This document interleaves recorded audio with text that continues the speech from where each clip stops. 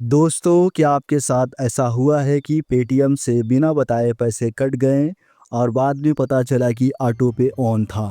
तो चिंता मत कीजिए, आज की इस वीडियो में मैं आपको स्टेप बाय स्टेप बताने वाला हूं कि कैसे आप पेटीएम के ऑटो पे सेक्शन को पूरी तरह से बंद कर सकते हो ताकि आपका एक भी रुपया बिना आपकी मर्जी के नहीं कटे। तो आपको अपना ऑटो पे बंद करने के लिए पेटीएम में आ जाना है एंड यहाँ पे इस प्रकार का इंटरफेस आपको शो होगा। यहाँ से आपको अपनी प्रोफाइल पे ऊपर दिख रही होगी, इस पे आपको क्लिक कर देना है।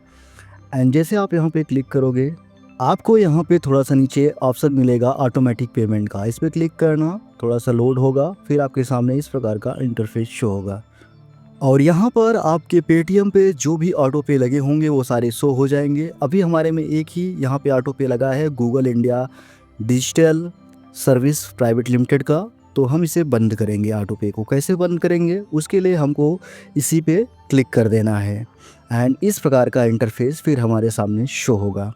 तो यहाँ पे आपको सारी डिटेल मिल जाएगी। आपको ऑटो पे का पूरा डिटेल देखने को मिल जाएगा, कटेगा कब कटेगा कैसे कटेगा सब कुछ आप देख सकते हैं यहाँ पे। एंड थोड़ा सा स्क्रॉल करके यहाँ पे नीचे की तरफ आओगे तो यहाँ पे आपको कुछ ऑप्शन देखने को मिलेंगे, जैसे कि प्यूस ऑटोमेटिक पेमेंट का एंड कैंसिल ऑटोमेटिक पेमेंट का। तो आपको सिंपली से कैंसिल ऑटोमेटिक पेमेंट पे क्लिक कर देना है। जी हाँ गाइस, ठीक, इसको आपने बंद करना है हमेशा के लिए। एंड देन आपके सामने इस प्रकार का इंटरफेस शो होगा। ये आपसे पूछेगा कि आप अपना ऑटो पे क्यों बंद करना चाहते हैं। यहाँ पे आपको बहुत सारे रीज़न देखने को मिल जाएंगे, अपना जो भी रीज़न हो आप यहाँ पे सेलेक्ट कर दीजिए।